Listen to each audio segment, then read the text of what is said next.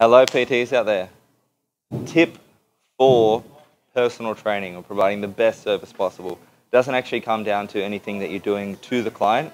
It's how you take on the client or the information that the client provides you. So that's to do with communication. So it doesn't just mean talking to a client or having good conversation or laughing or using big words.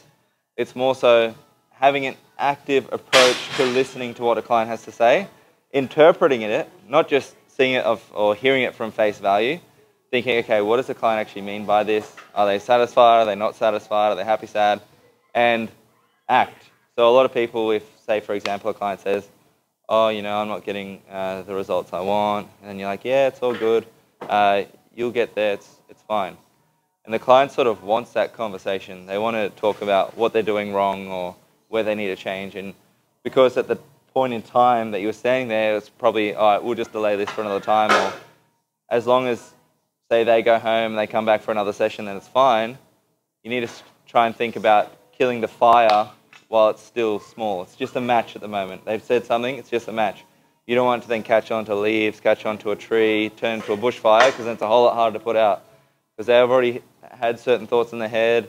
My coach isn't providing me with the communication or the conversations that I need to get the results I want. They're not keeping me accountable. They're sort of just blowing it off to the side.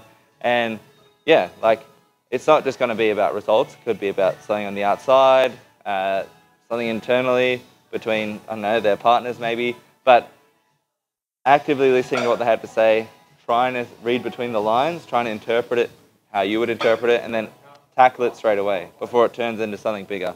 So a client's not getting results. Oh, I'm not getting results. Hey, okay, let's talk about it. How does that make you feel?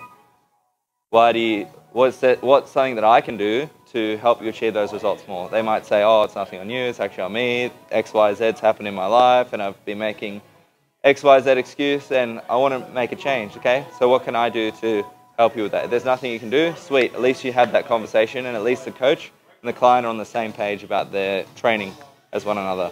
However, if that conversation's blown off every time, then you never actually have that, yeah, it could be a little bit more emotionally driven conversation at the start, because if you let it blow out into a massive fire, then that emotional blowout's going to be big as well. So we don't want that. We want to tackle it straight away. And this comes through experience, but at least making people aware of that at the start or at the beginning of their sort of PT journey is a very important thing to take on and implement. So that's the next tip.